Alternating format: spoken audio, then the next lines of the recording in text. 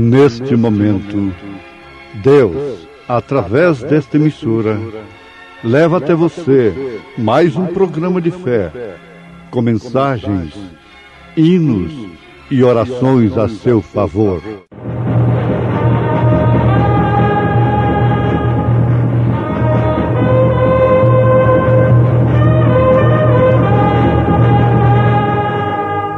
Fé para vencer.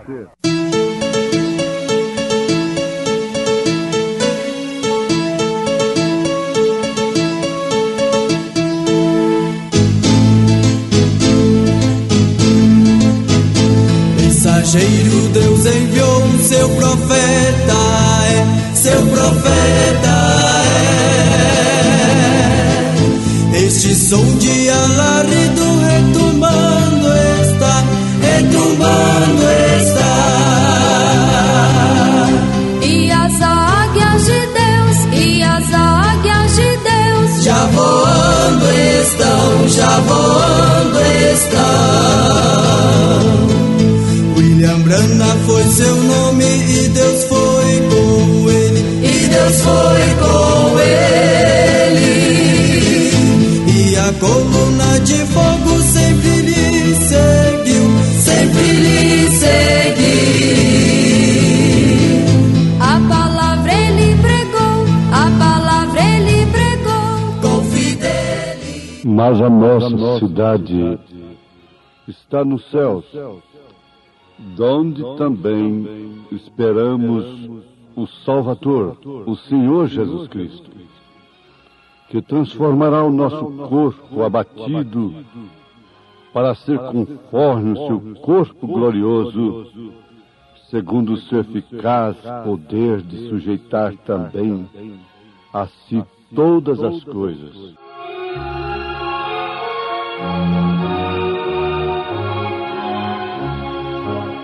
Ouvintes, é cantado e é também base de uma linda poesia, Jesus, alegria dos homens.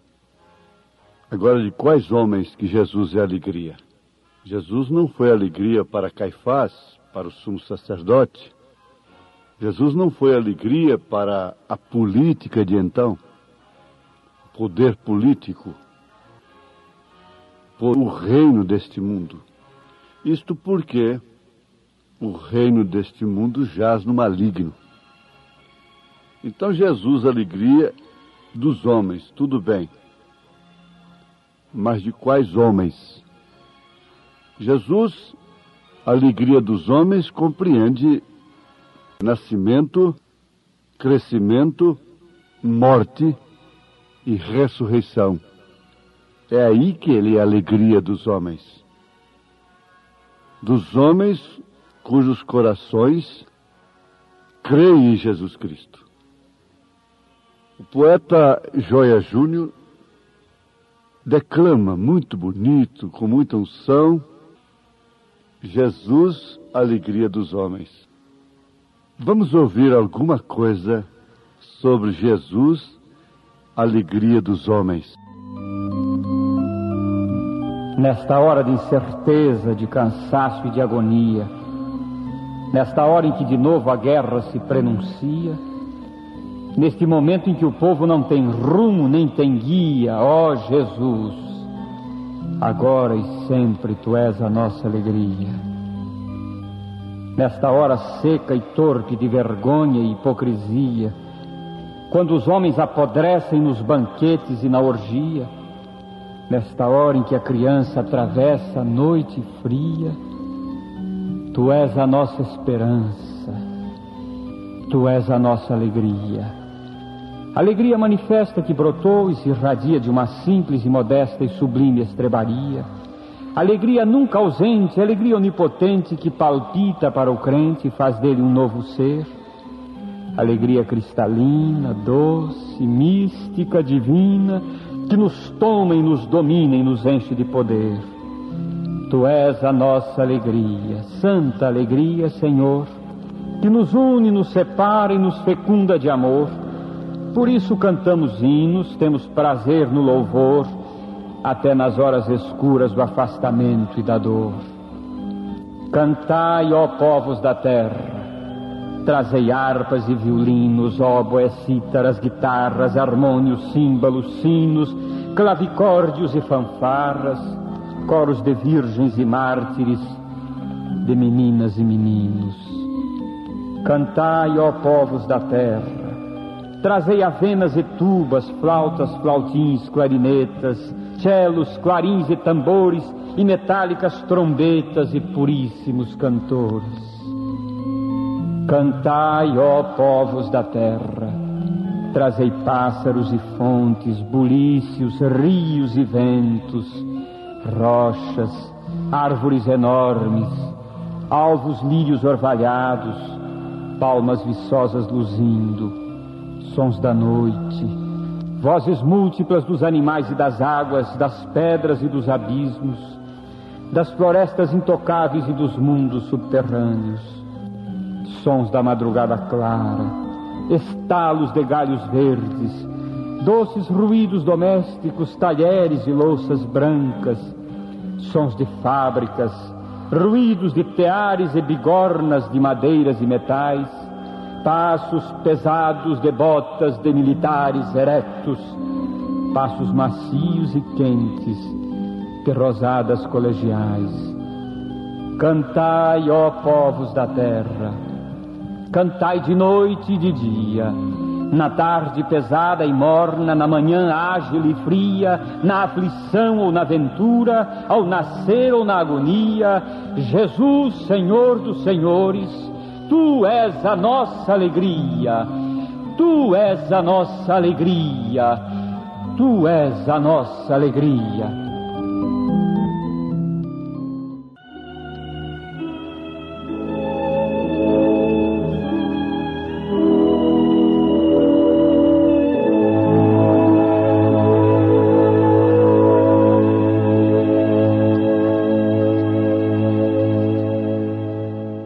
Muito bem, ouvintes. Agora, pense bem. Nesta poesia, Joia Júnior falou de tudo da natureza, até dos galhos verdes se quebrando. Falou dessa Bíblia aberta. Falou do nascimento e da agonia da morte. Eu quero perguntar a alguma ouvinte que é viúva, claro, perdeu seu querido esposo. Se por acaso o seu marido retornasse, mais forte ainda, mais poderoso, sem nenhuma das limitações que ele tinha antes de morrer, ressuscitasse, portanto, com todo o poder, com toda a glória, você comemoraria a sua morte? Você continuaria de luto no coração, suspirando, com saudades dele? Ora, é lógico que não. Agora eu pergunto com todo respeito, a igreja cristã é a única igreja verdadeira. Ela é considerada a esposa. O esposo é Cristo. Ele morreu, na verdade, mas ele ressuscitou. Ele não está na sepultura. Porque se ele estivesse na sepultura para ser comemorado como um Senhor morto, um Cristo morto,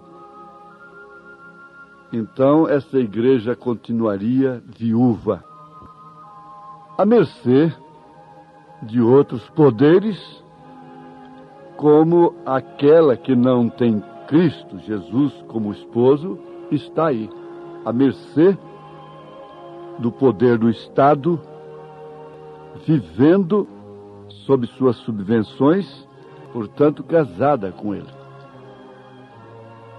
Mas a esposa de Cristo compreende exatamente os homens Isto quer dizer, as pessoas cuja alegria é Jesus, cuja alegria é sua palavra, cuja alegria é a sua mensagem. Os homens dos dias de Lutero, cuja alegria era Jesus, foram aqueles que receberam e viveram a mensagem de Lutero no seu dia. A mensagem de John Wesley no seu dia e os dons espirituais nos seus dias. Nosso Jesus Cristo ressuscitou, a sua tumba está aberta, e isso justifica a nossa fé. E isto é a nossa alegria, porque também ele não somente foi assunto aos céus e ficou um Deus de lá com a multidão de santos entre ele e o crente aqui na terra, São Patrício, Santo Antônio, São Cristóvão, Santo Antônio Casamenteiro e Santa Luzia para curar a vista e essa coiseira toda. Não, não existem estas coisas entre Deus e o homem.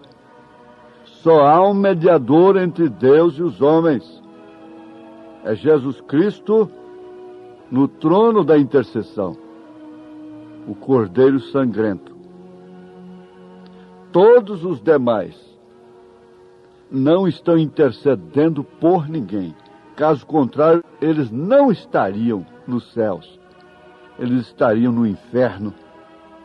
Porque ouvindo essa rezaiada toda, essa contação de pedrinha de rosário, dia e noite, cada pessoa que morre, essa contação de pedra e coisa e tal, onde estaria essa pessoa? Uma vez que ela não foi ressuscitada. Agora Jesus está no trono da intercessão para ouvir orações que saem do coração do homem. Não ouvir coisas decoradas, vãs repetições.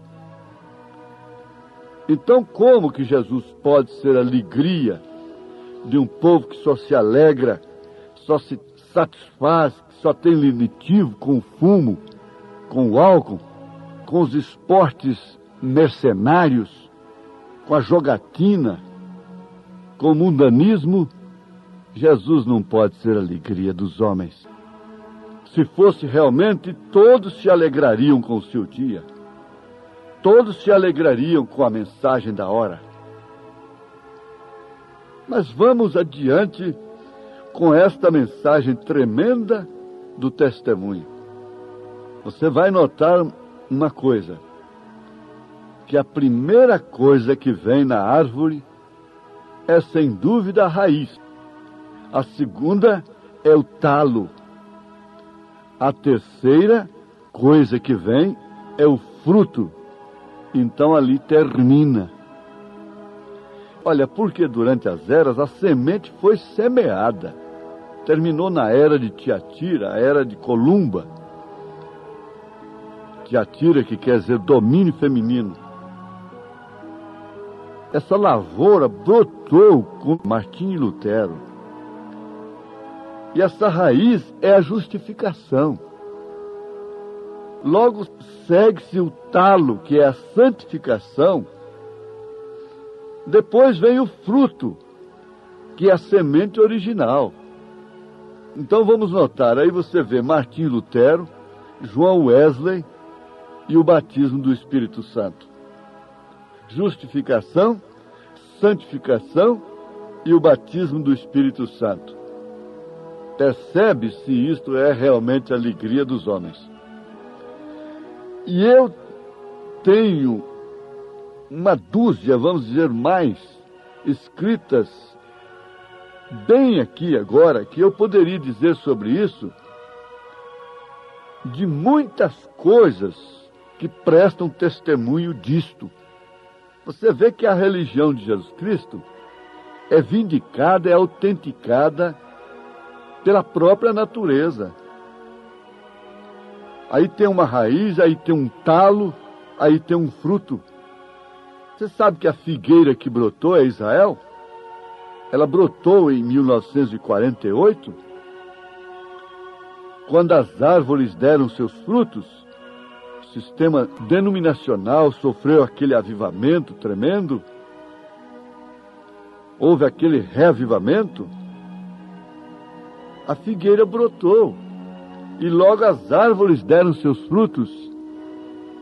Isso é confirmado nos céus, confirmado na terra, confirmado pelo sol, confirmado pelas árvores, confirmado pelos mares. Tudo dá testemunho. Ao olhar nas coisas naturais, elas testificam das coisas espirituais. O próprio parto normal desse filho que a senhora tem aí, hoje esse é um menzarrão, casado, pai de filhos. Por se falar em parto normal, quase que tem que pensar mais no passado. Foi precedido de água, que é a justificação. Depois, o que sucedeu? Veio o sangue, que é a santificação, e logo veio a vida, o Espírito. Então veio justificação, santificação e batismo com o Espírito Santo.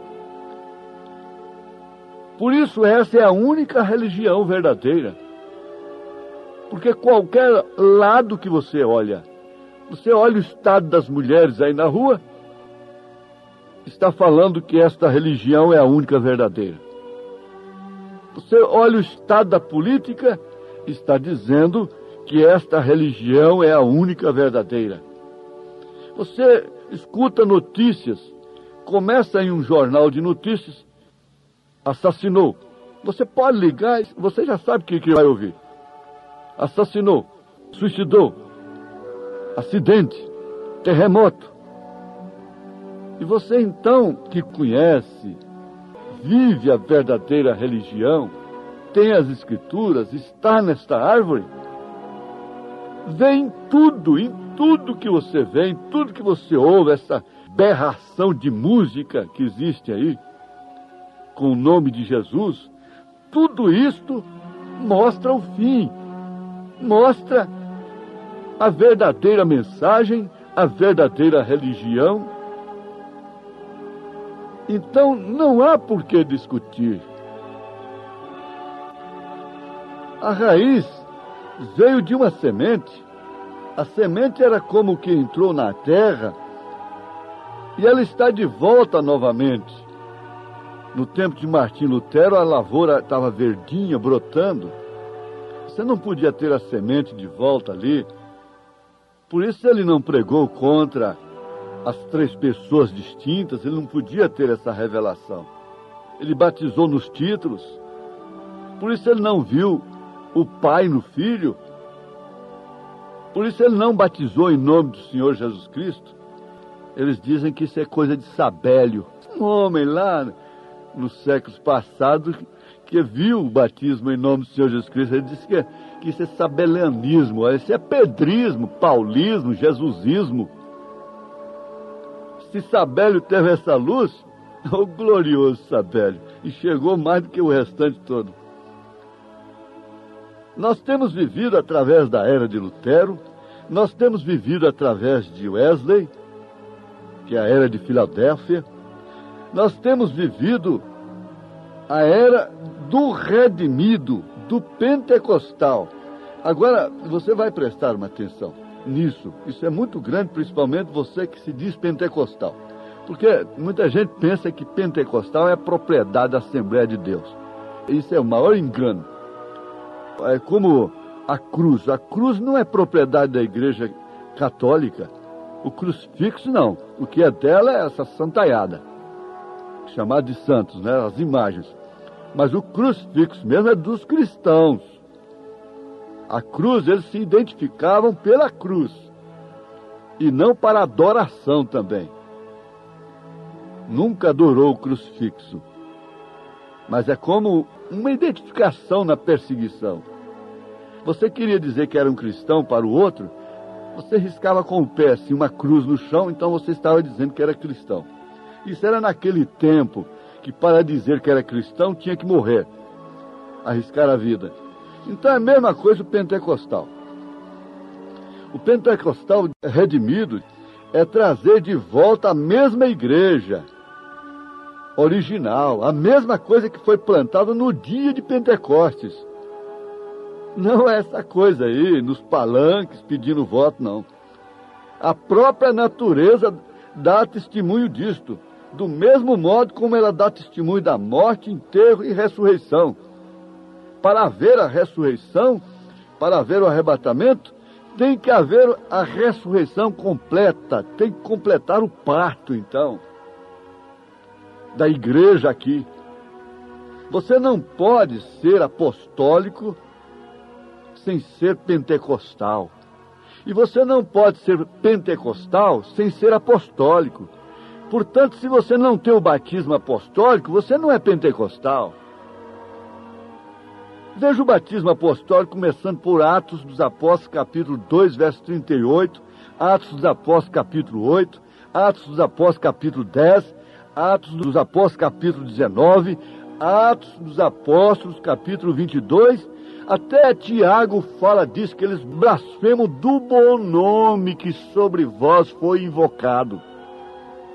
Agora, um pentecostal que blasfema do batismo em nome do Senhor Jesus Cristo é apostólico? Um pentecostal que blasfema daquele que vê o Pai no Filho, que vê os três ofícios de Deus, que vê a plenitude da divindade em Cristo, pode ser apostólico? Você não pode ser pentecostal sem ser apostólico. A outra já disse que é apostólica. Ela é apostólica romana. Eu sou católico. Eu sou apostólico, cristão. Nós sim somos verdadeiros católicos, que é uma fé universal, que vem lá dos apóstolos. A fé genuína. Nós somos apostólicos, porque nós batizamos em nome do Senhor Jesus Cristo e não tiramos o laico, a oportunidade de Deus levantar o laico, o pescador. Deus é soberano em chamar o seu homem, não defendendo a ignorância. Todo pregador deve ser apto para ensinar. Mas ele, na sua soberania, tem o direito de batizar com o Espírito Santo e levantar a Pedros, homens sem letras, mas a doutrina nicolaíta tirou isso. Então, católico, apostólico, cristão, não romano, é o que nós somos. É que a verdadeira religião que testifica da morte, da ressurreição. Isto quer dizer do nascimento, da morte, enterro e ressurreição. Como Paulo está dizendo, mas a nossa cidade está nos céus, donde também esperamos o Salvador, o nosso Senhor Jesus Cristo, que transformará o nosso corpo abatido, para ser conforme o seu corpo glorioso, segundo o seu eficaz poder de sujeitar também a si todas as coisas. Nós estamos ausentes do Senhor, segundo São Paulo, ausentes dele no corpo, porque os nossos corpos terão que passar por essa transformação para termos contato pessoais com ele. Agora ele está em nós em forma de espírito, testificando, fazendo com que ele seja realmente a nossa alegria. Que Deus te abençoe, minha irmã. Que Deus te abençoe nessa fé apostólica, nessa fé católica, apostólica, cristã. E ele vai transformar os nossos corpos para serem conforme o seu próprio corpo. Em nome de Jesus Cristo, Deus te abençoe com esta verdade. Amém.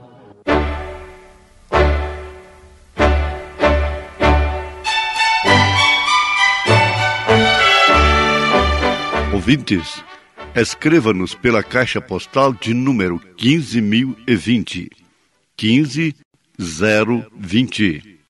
CEP 74-501-970, Goiânia, Goiás.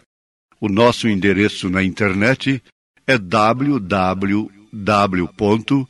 a palavra original.org.br. Volte a nos ouvir amanhã novamente neste mesmo horário, nesta emissora, se o Senhor nos permitir, com fé no Filho de Deus, a fé que vence o mundo.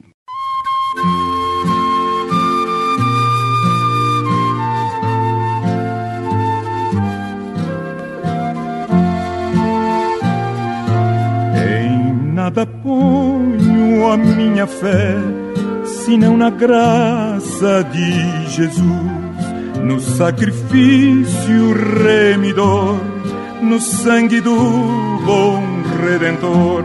A minha fé e o meu amor estão firmados no Senhor, estão firmados no Senhor.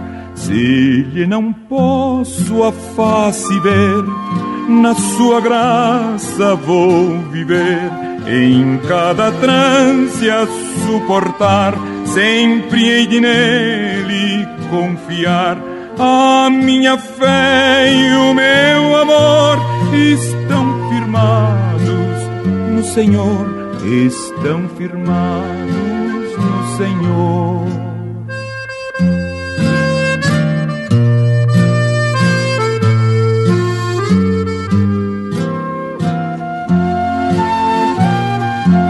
Quando o clarim ao fim soar, irei com ele me encontrar e gozarei da redenção com todos que no céu estão. A minha fé e o meu amor estão firmados no Senhor, estão firmados no Senhor.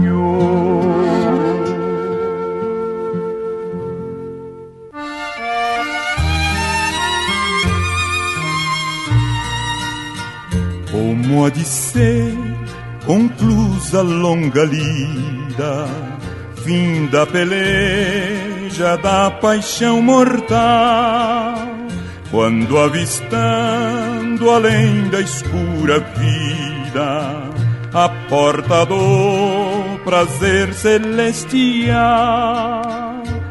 dos pés varrida a última poeira, do rosto enxuto seu final suor, deixarmos esta cena passageira, entrando ao santo lar de eterno amor.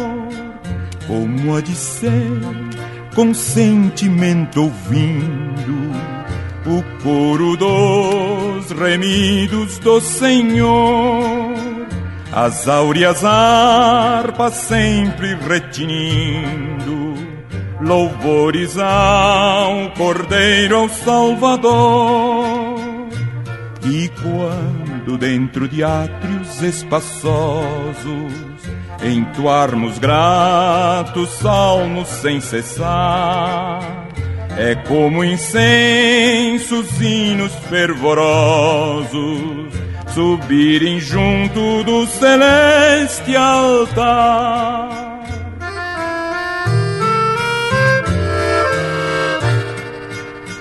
Como há de ser, ó, nunca foi pensado por mente ou coração humano aqui o bem-estar por Deus determinado para os que entrarem com triunfo ali. Avante, irmãos, avante no caminho que nos conduz ao gozo tão real. Se aqui tivermos um quinhão mesquinho, marchamos para a glória divina.